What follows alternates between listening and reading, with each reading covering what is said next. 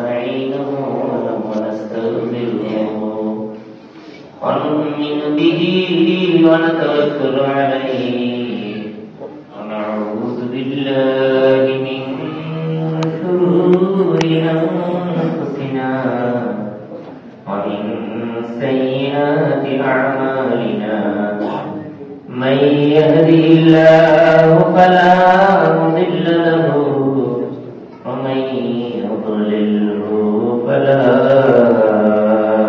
هادي له ونشهد أن لا إله إلا الله وحده لا شريك له ونشهد أن سيدنا ومولانا محمدا عبده ورسوله أرسله بالحق بشيرا ونذيرا وداعيا إلى الله بإذنه وسراجا منيرا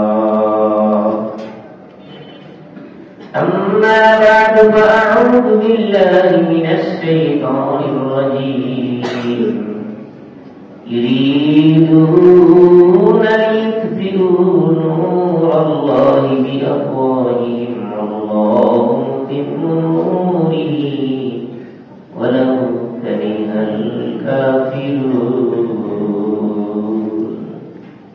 صدق الله المولى العظيم سبحانك لا علم لنا إلا ما علمتنا إنك أنت العليم الحكيم رب اشرح لي صدري ويسر لي أمري واحلل عقدة من لساني يفقهوا قولي اللهم صل على محمد وعلى آل محمد كما صليت على إبراهيم وعلى آل إبراهيم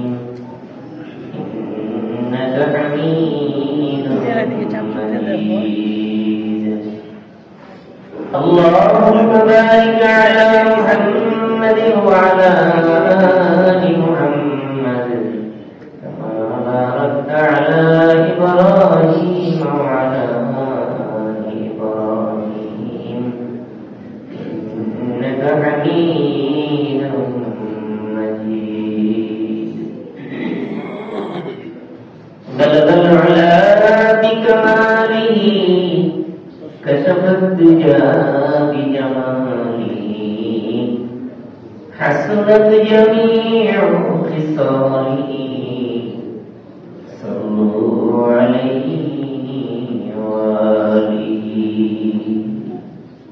সম্মানিত মুসলিমগণ আল্লাহ পাক রব্বুল আলামিনের লাখ শুকরিয়া আল্লাহ পাক রব্বুল আলামিন জুমার দিনে আমাদেরকে আল্লাহ গড়িয়ে দিয়েছেন বসার তৌফিক দান করেছেন শুকরিয়া আদায় করি আলহামদুলিল্লাহ আলহামদুলিল্লাহ আজকে যে আয়াতে কারিমা আমি তেলাওয়াত করেছি আজকে রজব চাঁদের তৃতীয় জুমা আল্লাহ পাক রব্বুল আলামিন সূরা সাফের মধ্যে এই আয়াতে বলছেন ইরিদুনা লিয়ুতফিউ নূরাল্লাহি বিআফওয়াহিহিম আল্লাহু মুতিম্মু নূরিহি ওয়ালাউ কারিহাল কাফিরুন দুনিয়ার যত কুফর শক্তি আছে অর্থাৎ মুসলমান ছাড়া আর যত ধর্ম আছে সব কুফর আরবি একটা প্রবাদ আছে আল কুফরু মিল্লাতুন ওয়াহিদা কুফর সেটা যে ধর্মেরই হোক যেই হোক সবই এক এরা ঘুরাইয়া সব এক অর্থাৎ ঈমানওয়ালা ঈমান হারা এই দুইটা গ্রুপই পৃথিবীতে একটা ঈমানওয়ালা একটা ঈমান ছাড়া যেগুলি আছে সে যেই নামে থাকুক সব এক আর ঈমানওয়ালাদের সাথে বেঈমানদের সারা জীবনেরই একটা লড়াই এটা অতীতে হয়েছে ভবিষ্যতে হবে কিয়ামত পর্যন্ত এই লড়াই থাকবে অর্থাৎ ঈমানওয়ালাদের সাথে বেঈমানদের লড়াই এবং ঈমানওয়ালাদেরকে নিশ্চিহ্ন করে দেওয়ার জন্য বেঈমানরা সারা জিন্দেগি ওর চেষ্টা করবে, সারা জীবন চাইবে। এই কথাটি আল্লাহ বলতেছেন, ইউরিদুনা লিইউতফিউ নূরাল্লাহি বিআফওয়াহিহিম আল্লাহু মুতিম্মু নূরিহি ওয়ালাউ কারিহাল কাফিরুন।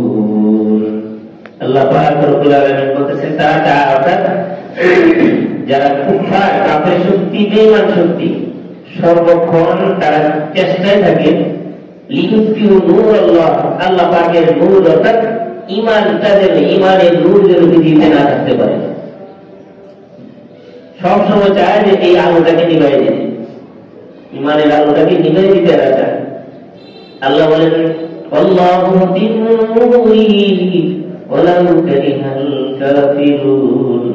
আল্লাহ বলেন, আমার এই দ্বীনের আলো, ঈমানের আলোতে আমি পরিপূর্ণতা দান করব।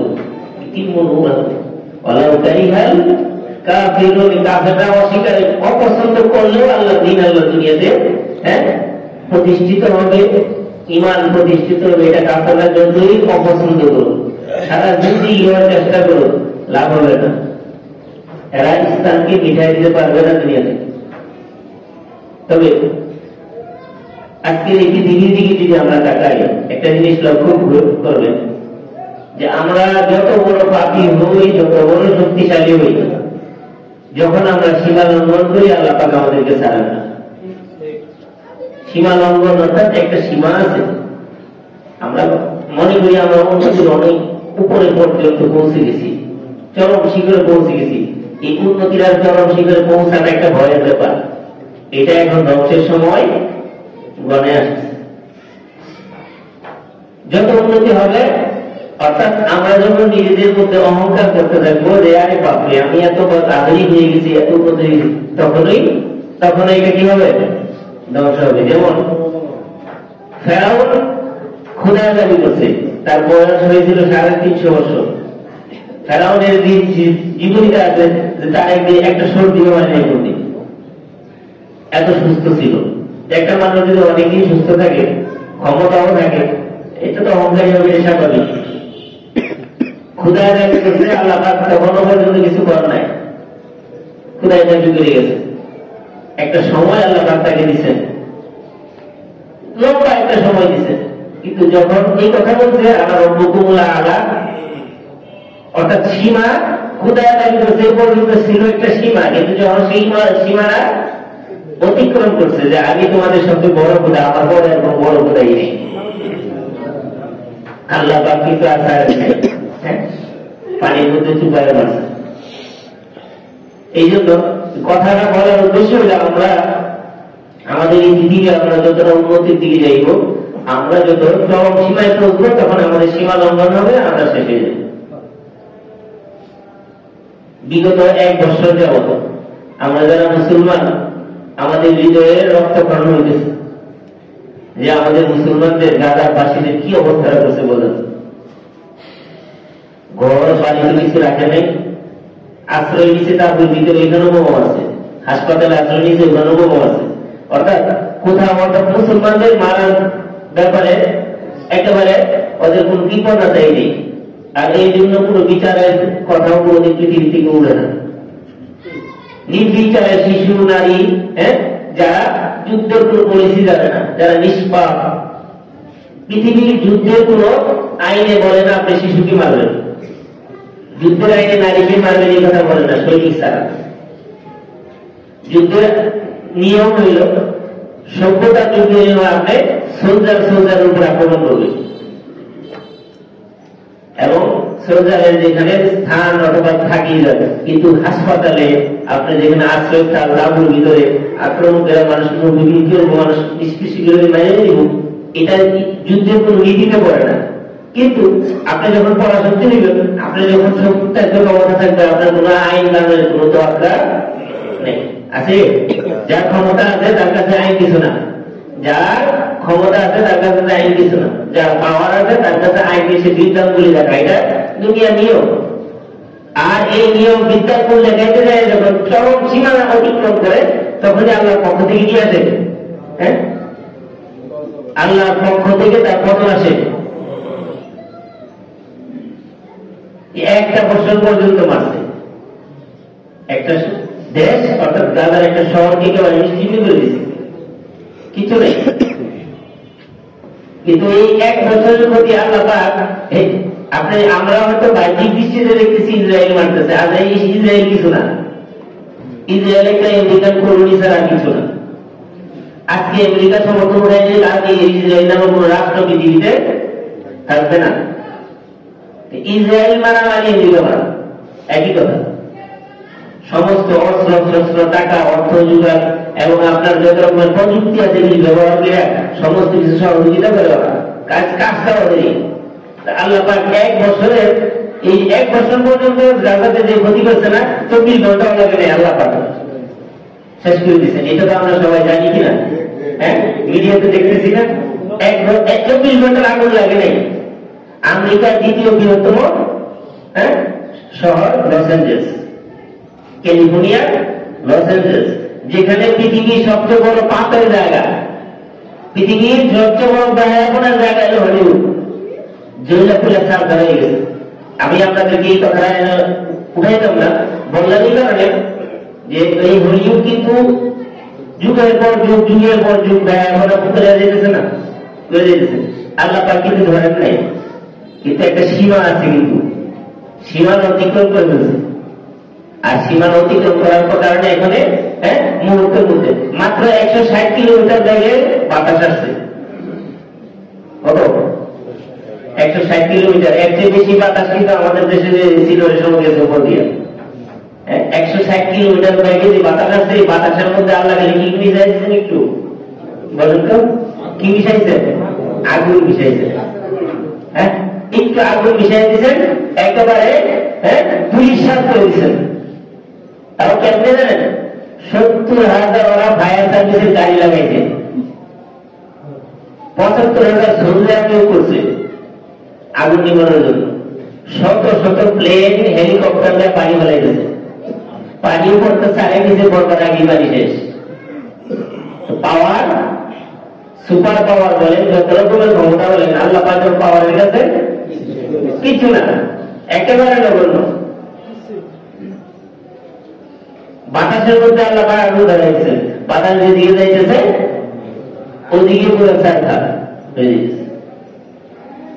এই যে শিক্ষা, যে তুমি আরেক দেশে নিরপরাধ শিশু, নিরপরাধ নারী এবং সাধারণ মানুষ, হাসপাতাল, এগুলি তুমি পূর্বা, তাও তুমি পয়সা খরচ করে পড়ছো। ঘুমা মারতে তো পয়সা লাগে নাকি? একটা ঘুমা তৈরি করতে অনেক টাকা লাগে। সেই পয়সা খরচ করে বিমান ব্যবহার করে তুমি মারছো, আর তোমার আমি কি করছি? আল্লাহ পাক দিয়ে আগুন দিয়েছে, আগুনে কোনো পয়সা লাগছে? কোন খরচ? গতকাল এক সংবাদে, গতকাল সংবাদে শুনলাম হিরোশিমা নাগাসাকিতে দ্বিতীয় বিশ্বযুদ্ধের সময় আমেরিকা যে বোমা মারে যে ক্ষতি করছিল, এই আগুন এর চেয়ে বেশি ক্ষতি হয়েছে। ক্যালিফোর্নিয়ার আগুন এর চেয়ে বেশি ক্ষতি হয়েছে। তা আল্লাহ পাক আগুন ফেলছেন, এখানে বৈমানিকও লাগে নাই, বিমানের খরচ লাগে নাই, বোমার খরচও লাগে নাই, কিছু লাগে নাই।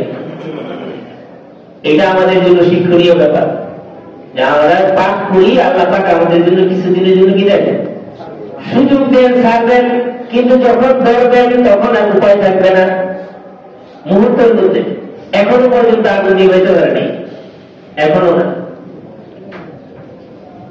এত পরাশক্তি, এত ক্ষমতা, এত অস্ত্র তোমার আছে, তুমি মাত্র বাতাস আর বাতাসের সাথে আগুন মিশ্রিত, এটার বিরুদ্ধে তার কোনো ক্ষমতাই কাজে আসলো না, কোনো ক্ষমতাই কাজে আসে না।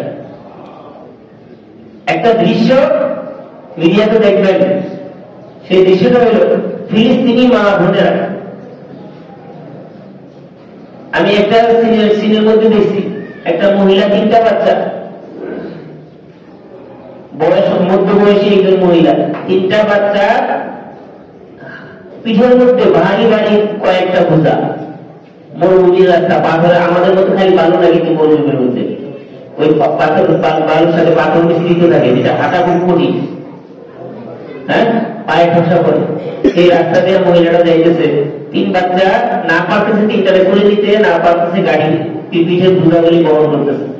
এরপরও কষ্ট করে করে সামনে আগে গেছে, একটাতে বলে আরেকটা দুইটা করে, একটা বলে আরেকটা দুইটা করে।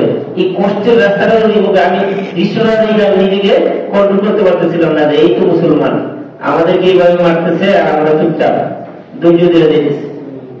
আমরা ধৈর্য ধরলে কি হবে? আল্লাহ পাক ধৈর্য ধরেন নাই। ফিলিস্তিনি মানুষরা, ফিলিস্তিনি নারী শিশুরা যতটা কষ্ট করে রাস্তা অতিক্রম করছে, এর চেয়ে বেশি আপনি দেখতে পারবেন ক্যালিফোর্নিয়ার আধুনিক মানুষগুলি, যারা কষ্ট করে নির্দিষ্ট গ্রহ করে নেই। আমেরিকান সবচেয়ে বড় বড় বড় মাছগুলি ওখানে বাড়ি গাড়ি করছে, এইগুলি রাস্তা দিয়ে যাইতেছে, তাও কি একটা দুইটা না, মিছিলের মতো ছুটছে। যাই হোক, আতঙ্কিত মৃত্যুর ভয়ে, কারণ মুসলমানরা তো মরলে কি, মরলে বিপক্ষের আঘাতে মরলে মুসলমানদের একটা আশা থাকে যে আমরা শহীদ হবো, কিন্তু ওদের কিন্তু মৃত্যুর ভয়টা অনেক বেশি। ওরা মৃত্যুকে অনেক ভয় পায়, কারণ ওরা পরে গালে কোনো আশা নাই। এই জন্য মৃত্যুর ভয় নিয়ে আগুনে ভয় যে ছুটতেছে, এই ছুটাটা ওই ফিলিস্তিনি মানুষের ছুটার থেকে বেশি আতঙ্কিত ছুটা। তা আল্লাহ পাক একই তো চিত্র, তোমরা ইচ্ছে করে বানাইছো, আর আল্লাহ পাক দিয়েছে তোমাদের ভাই প্রাকৃতিক একটা দুর্যোগ, এইভাবে পালাইতেছে ওরা। কিছুদিন আগুনের ভয়ে আপনি আবার পূজা নিব, ফিলিস্তিনের তো ধারে পূজা লইছে, পিঠে পূজা লইছে, বাচ্চা লইছে, ওরা বাচ্চা টাচ্চা লওয়ার সময় নেই, ছুটতেছে শুধু তার ভয় নিয়ে তারটা বাঁচানোর জন্য ছুটতেছে।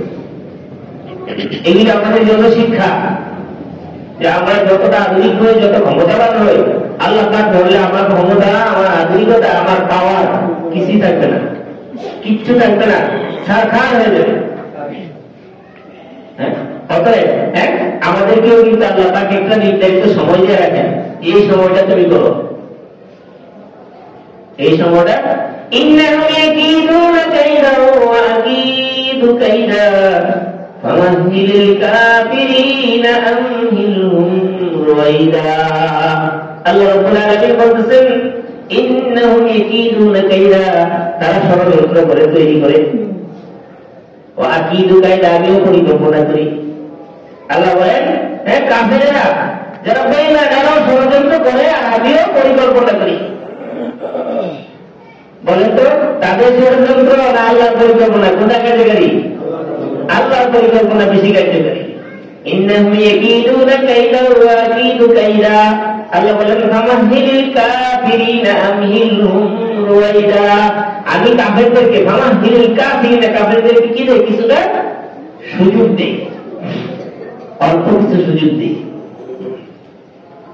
ইন্না বাতশা রাব্বিকা লাশাদীদ, আল্লাহ পাকের পাকড়াও, আল্লাহ পাকের ধরা অনেক কঠিন। ইন্না বাতশা রাব্বিকা লাশাদীদ, আল্লাহ হাবিবকে বলেছেন আপনার পরওয়ারদিগারের ধরা অনেক কঠিন। আল্লাহ যেদিন ধরবে, সেই ধরা থেকে বাঁচানোর মতো কোন ক্ষমতা পৃথিবীর কোন পাওয়ার নেই। এটা নমুনাটা আমাদেরকে দেখাই দিচ্ছেন। অতএব আমরা যখন গুনাহ কাজ করবো, আমরা যখন সীমা লঙ্ঘন করবো, আমরা যখন অন্যের উপর অত্যাচার করবো, চিন্তা করে করি আল্লাহ পাক দুনিয়াতে এই নজিরগুলি দেখাই দিচ্ছেন। আমরা শুধু মনে করেন কোরআনে কারীম থেকে নিয়ে, আর ইতিহাস থেকে নিয়ে ফেরাউন, নমরুদ, হামান, কারুন, আবু জাহেল, আবু লাহাব, উতবা, সাইবা, এদের ইতিহাস পড়ি, এদের ইতিহাস পড়ি, আর এদের ইতিহাসগুলি আমরা জানি, যারা তাদের অহংকারের কারণে আল্লাহ পাক তাদের পতনগুলি কেমনে দিয়েছিল, ওগুলি কিন্তু পিছনের ইতিহাস। আর এখন যেগুলি আল্লাহ বাড়াই দিতেছেন, এগুলি তো পিছনের না, ইতিহাস পড়তে হবে না, এগুলো আমাদের সামনে, আমরা নিজেরা চোখে দেখতেছি। আর এই আগেকার যুগের ইতিহাসগুলো আমরা শুধু পড়ে জানতেছি, চোখে দেখার মতো কোনো পাওয়া আছে। কিন্তু বর্তমান যেগুলি আমাদের মিডিয়ার এত উন্নত, আমাদের মানুষের প্রযুক্তি এত উন্নত যে পৃথিবীর যে কোনো প্রান্তে যা কিছু ঘটুক আমরা কিন্তু সচক্ষে দেখি, সচক্ষে দেখি, নিজের চোখে দেখার মতো বিশ্বস্ত আর কিছু আছে? আমরা নিজেরা দেখতেছি, এগুলি করতেছি, সেই মিডিয়ার মাধ্যমে, যে কোনো মাধ্যমে হোক দেখতেছি। এই যে অত্যাচারের আল্লাহ পাক বিশ্লেষণ করতেছেন, বিচার করতেছেন, এগুলি আমাদের সামনে করতেছে। এরা ফিলিস্তিনি মুসলমানদেরকে মারছে, আল্লাহ পাক তাদেরকে মেরে দিচ্ছে। অর্থাৎ এক বছরে তুমি পয়সা খরচ করে, বিমান খরচ করে, বিমানের তেল খরচ করে, পাইকার নষ্ট করে, সোলজার নষ্ট করে, টাকা পয়সা ব্যয় করে যা ক্ষতি করছে, 24 ঘন্টা একটু বেশি করে দিচ্ছেন আল্লাহ। আল্লাহ পাকের ক্ষতির জন্য আল্লাহ পাকের বিশেষ কোনো কিছু লাগে নাই, কোন রকমের বাহিনীও লাগে নাই। গতকাল আরেকটা সিন দেখলাম, একটা ঈগল মানে হয়তো বা তার খাইতে যে আগুন লাগছে ওটা সে টুকু দিছে, নিয়ে উঠতেছে পরে এটা কি করছে, এটার মধ্যে বাতাস যখন ঢুকে হয়েছে এটার মধ্যে আগুনের আরো পাওয়ারটা বাড়ছে। ইগলে বলে তো এগুলো খাবার আগুন থাকলে এগুলো কত সুন্দর হইব, বেশি সুন্দর হইব না, এটা গিয়ে দিচ্ছে আরেক জায়গায় ছেড়ে দিছে। বলেন তো এটা কি ইগলে করছে না আল্লাহ পাইছে? হ্যাঁ, একটা আগুন সে এক জায়গায় জ্বলতেছে, এটাতে আরেক জায়গায় ছড়াই দিছে। ইগল তো নিয়েছিল তার খাবারের জন্য, কিন্তু যখন আগুনের তাপটা গায়ে লাগতেছে সে ছেড়ে দিছে, ছেড়ে দেওয়ার পর একটা ভালো জায়গায় বসে আগুন চলে গেছে। আবাবিল পাখি আব্রাহামকে ধ্বংস করছিল, আবাবিল এই যুগে আছে, এই যুগে নাই। বুঝেন নাই কথাটা? কোনটা বলে দিতেছি, সেই যুগে যদি আবাবিল ছোট্ট পাথর হাতির উপরে ফেলাই দিতে, হাতি শেষ। এই যুগে ইগলের একটু খাবার, ইগলের একটু খাবার আরেক জায়গায় ছেড়ে দিতে, জায়গায় কি হয়ে গেছে, আগুন ধ্বংস হয়ে গেছে। তাইলে ওই যুগের আবাবিল আর এই যুগের ইগল বেশ কম কোথায় বলেন? জালেমদেরকে আল্লাহ পাক রব্বুল আলামিন এইভাবে পরাজিত করে। জালেমদেরকে আল্লাহ রব্বুল আলামিন বিভিন্ন যুগে যুগে এইভাবে শিক্ষা দেন, এইভাবে শিক্ষা দেন যে তোমরা জুলুম করো না। দুনিয়াতেও জুলুমের শাস্তিটা এরকম হবে, আখিরাতেও তার উপর কিয়ামতের ময়দানে জুলুমের অন্ধকারটা আরো বেশি হবে, ভয়াবহ হবে। দুনিয়ার বিচারে এরকম, দুনিয়ার বিচারে এরকম এতটা কঠিন বিচার। কোথায় আমার এই কথাগুলি বলার উদ্দেশ্য হইল, আমরা যাই করি না কেন, পাপ করি অথবা যাই করি, কথা করার সীমা যেন লঙ্ঘন না করি। সীমা অতিক্রম করলে আল্লাহ তাকে পাকড়া বাঁধবে। এটা দুনিয়াতেও আসবে, আখিরাতেও তো বাকি থাকবে। দুনিয়াতেও আল্লাহ পাক রব্বুল আলামিন যখন কোনো জাতি অথবা কোনো ব্যক্তি সীমা লঙ্ঘন করবে, ওই সীমা লঙ্ঘনকারীকে আল্লাহ পাক কখনোই পছন্দ করেন না, ছাড়ও দেন না।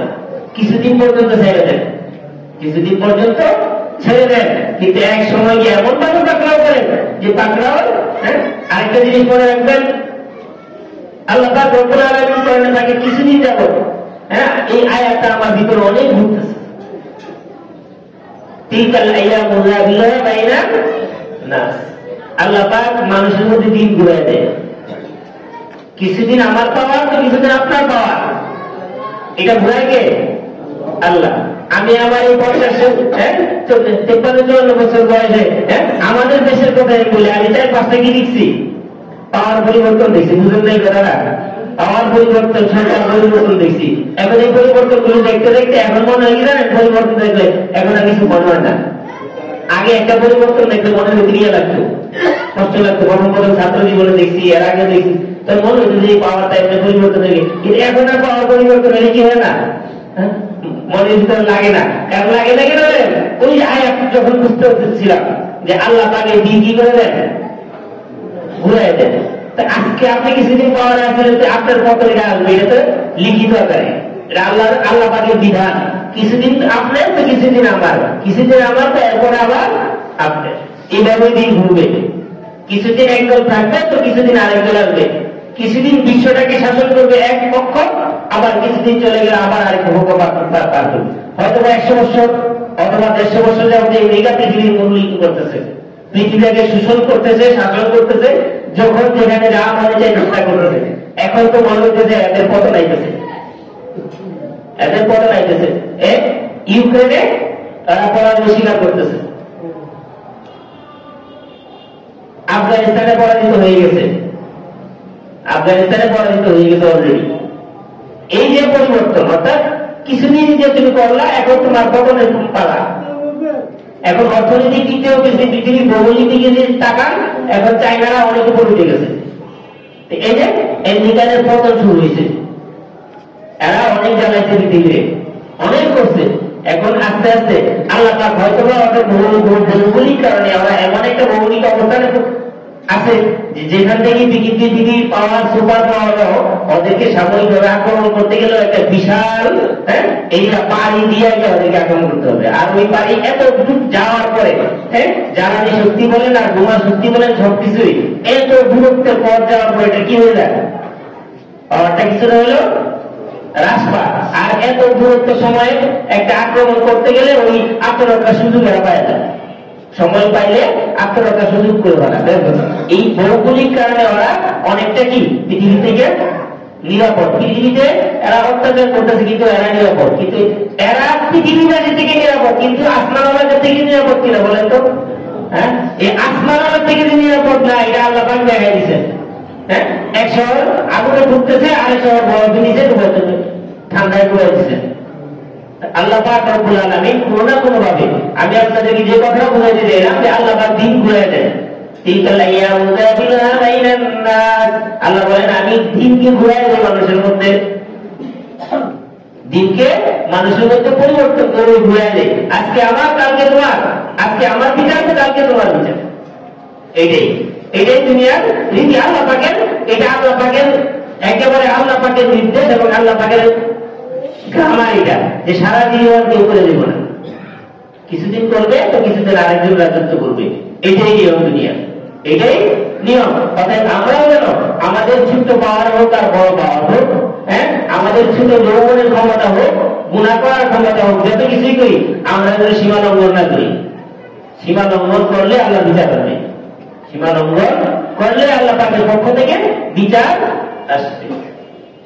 অতএব আমাদের সামনের পথ যেন আমাদের এরকম হিসাব করে আমরা পা বাড়াই যে আল্লাহ পাকের বিচার আমার সামনে আসতেছে, খালি মরলে বিচার করবে এরকম না, দুনিয়ারও বিচার হয়ে যাবে। দুনিয়ার বিচারের সম্মুখীন আমার হইতে হবে। হ্যাঁ, আমাকেও ছাড়বে না আমি যদি সীমা লঙ্ঘন করি। আল্লাহ পাক আমাদেরকে আমল করার তৌফিক দান করুন। হ্যাঁ, যে আলোচনায় আমার উদ্দেশ্য আজকে ছিল, ওই আলোচনায় যাওয়ার আগে আলোচনা অনেকটা সময় পেয়ে গেছে। হ্যাঁ, নবীজির আমলে 630 খ্রিস্টাব্দে অক্টোবর মাসে, 630 খ্রিস্টাব্দে অক্টোবর মাসে নবীজি যখন দুনিয়াতে ছিলেন, এটা নবম হিজরিতে তাবুকের যুদ্ধ অনুষ্ঠিত হয়। তাবুকের যুদ্ধটা ছিল রোমান বাহিনীর সাথে। তৎকালীন যুগের পরাশক্তি ছিল পারস্য এবং রোমান। বর্তমান যুগে আমেরিকা, রাশিয়া, তখনকার যুগে ছিল পারস্য আর রোমান, পৃথিবীর পরাশক্তি। একটা পরাশক্তির সাথে নবী সাহাবায়ে কেরামের যুদ্ধ ছিল। হ্যাঁ, নবীদের কাছে খবর আসছে যে রোমান বাহিনী, হ্যাঁ, বিশাল বাহিনী নিয়ে মদিনাতে আক্রমণ করতে আসছে। নবীজিও সাহাবায়ে কেরামকে নিয়ে, হ্যাঁ, যুদ্ধের জন্য প্রস্তুতি নিলেন। কিন্তু যুদ্ধের সময় এমন ছিল যেহেতু এক পক্ষের যুদ্ধ, কারণ ওরা আসতেছে, ওরা খবর দিয়ে আসে নাই।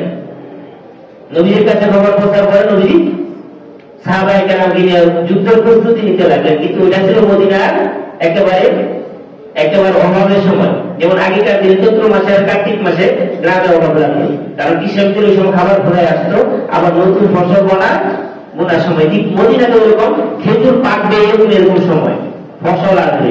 মদিনাতে ছিল অভাবের সময়, এই সময় যুদ্ধের ঘোষণা দিয়েছে। নবীজি সাহাবায়ে কেরাম, যাক আমার যুদ্ধের ইতিহাস বলার উদ্দেশ্য না, নবীজি সাহাবায়ে কেরামকে নিয়ে রওনা দিলেন মদিনা থেকে।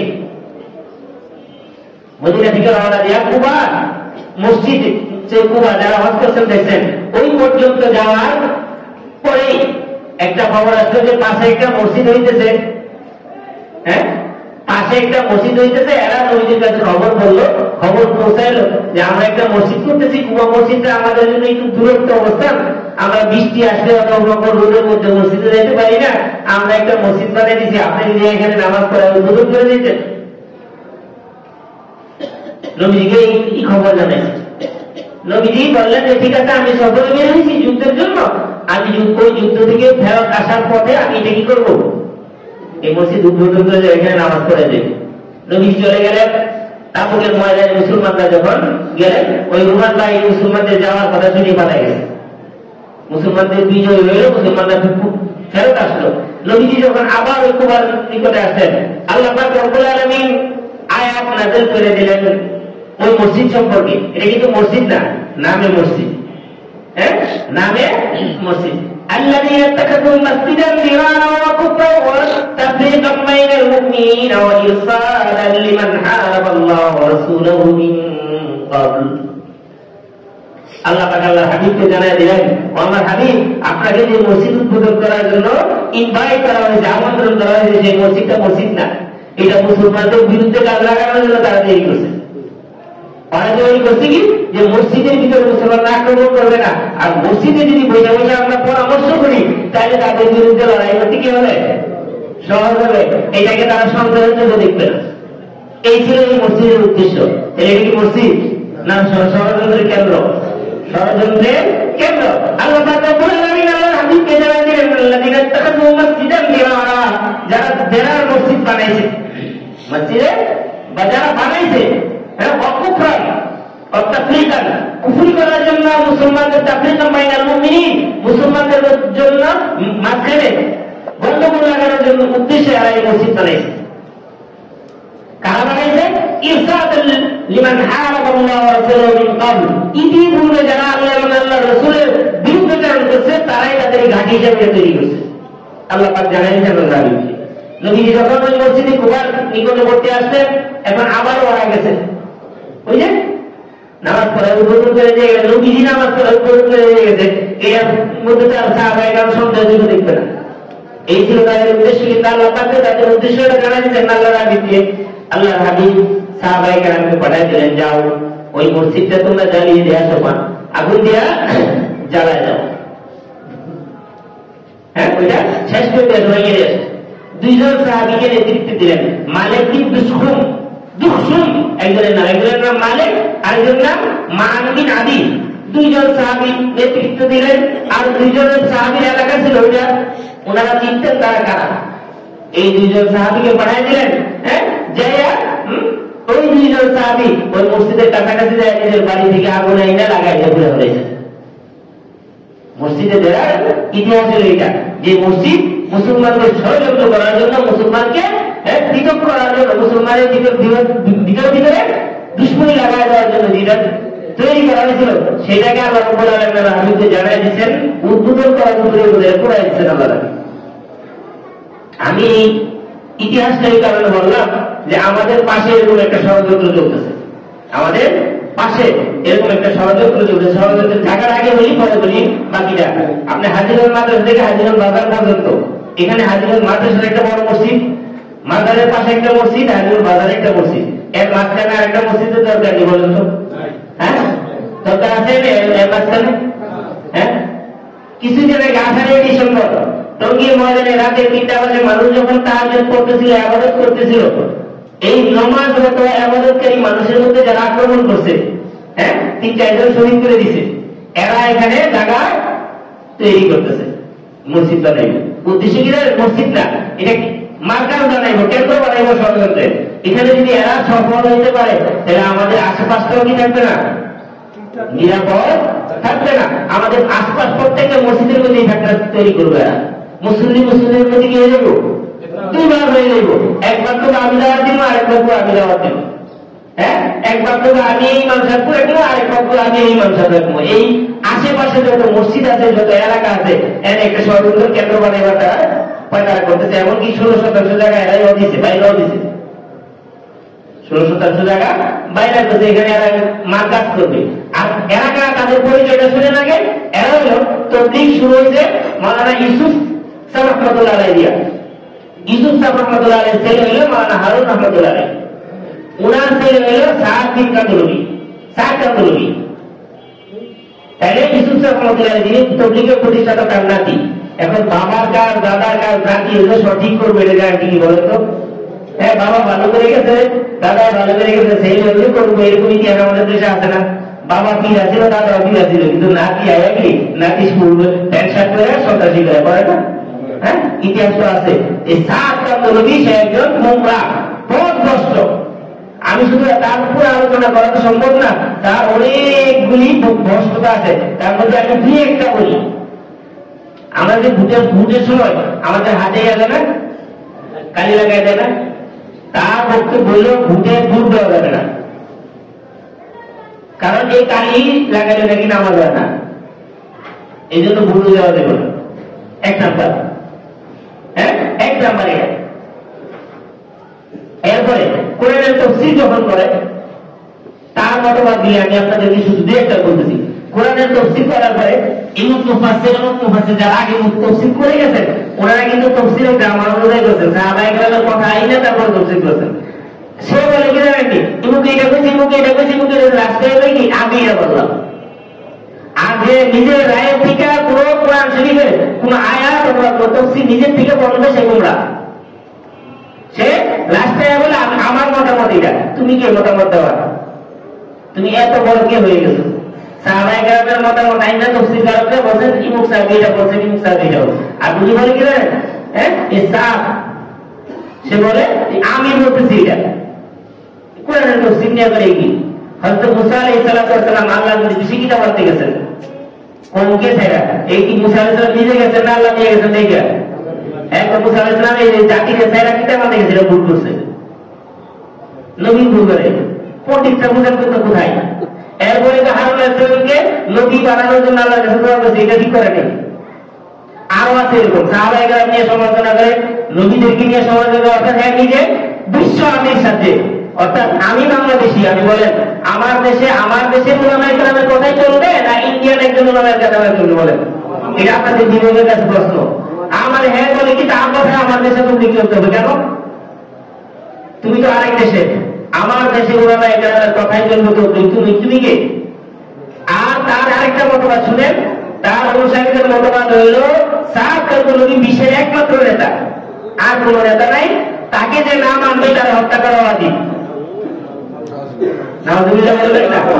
তার নেতা না মানলে তার হত্যা করা উচিত, এই তাদের মতবাদ। আর এইগুলি এখানে মাফরাজ করতে চাইতেছে, কেন্দ্র করতে চাইতেছে। এইগুলিকে বাধা দেওয়া আমাদের ইমানের দায়িত্ব কিনা বলেন তো? ইমানের দায়িত্ব। আমাদের আজকে আশেপাশে সমস্ত মসজিদে এই ব্যাপারটা আলোচনা হবে। আজকে নামাজের পরে এখানে সভা আছে, প্রতিবাদ সভা। এখানে ডিআইটি মসজিদের খতিব জনাব আব্দুল ওয়াহাব সাহেব আসবেন এখানে, এবং আশেপাশে যত খতিবগণ ওলামায়ে কেরাম এখানে আসবেন। আমরা এখানে শরীক হতে চেষ্টা করবো, কারণ এটা বাধা দেওয়া আমাদের প্রত্যেকের দায়িত্ব। আরেকটা কথা, এই তার মতবাদগুলি সবগুলি তো বলা সম্ভব না। সে বলে এই মসজিদ মাদ্রাসায় চাকরি করে যারা বেতন নেয় সেইগুলি বেশারা যেমন নিজের দেওয়া হয়েছে কিনে বিনিময় নেয়, মসজিদ মাদ্রাসা চাকরি করে যারা বিনিময়ে যারা ব্যবসাদের মতো ইনকাম, তাদের ইনকাম আর তাদের ইনকামের মধ্যে কি নাই, কোনো পার্থক্য নেই। এটা হলো তার মতবাদ।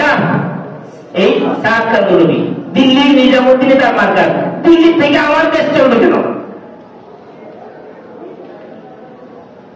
এরপরে আরো কিছু শুনেন, কোরআন তেলাওয়াত যদি আপনি না বুঝা করেন তার মতবাদ হলে এটা থেকে কোনো সওয়াব পাইব না, বুঝলেন? এই হলো তার মতবাদ। মোবাইল পকেটে নামাজ পড়লে নামাজ হবে না।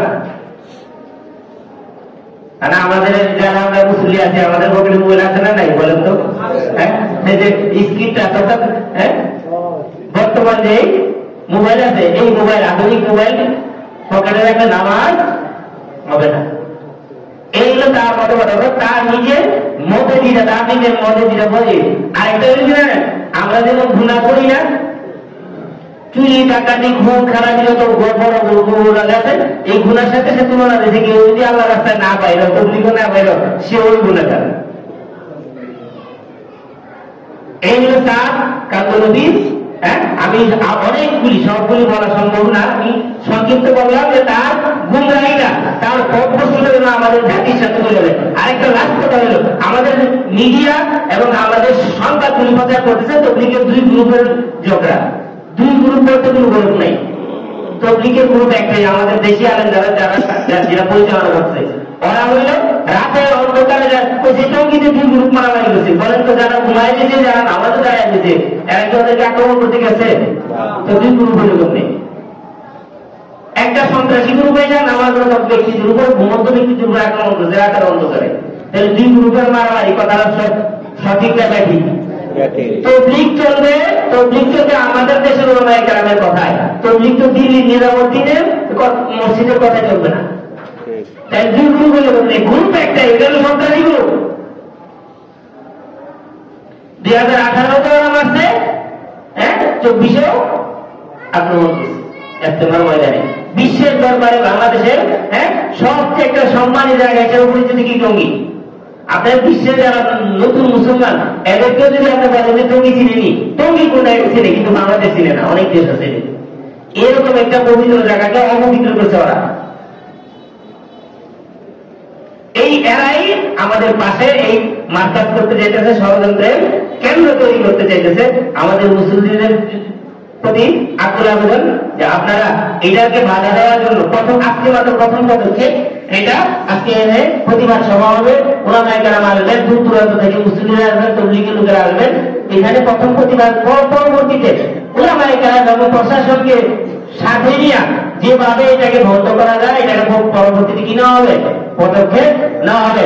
আল্লাহ পাক আমাদেরকে এখানে এই প্রতিবাদ সভায় উপস্থিত হয় তৌফিক দান করে। আমিও যাবো ইনশাআল্লাহ। আল্লাহ পাক আমরা যারা অবসর আছি, চাকরি বাকরি করবো না, তারাও এখানে শরীর দিতে চেষ্টা করবো জুমা নামাজের পরে। আলহামদুলিল্লাহ রাব্বিল আলামিন।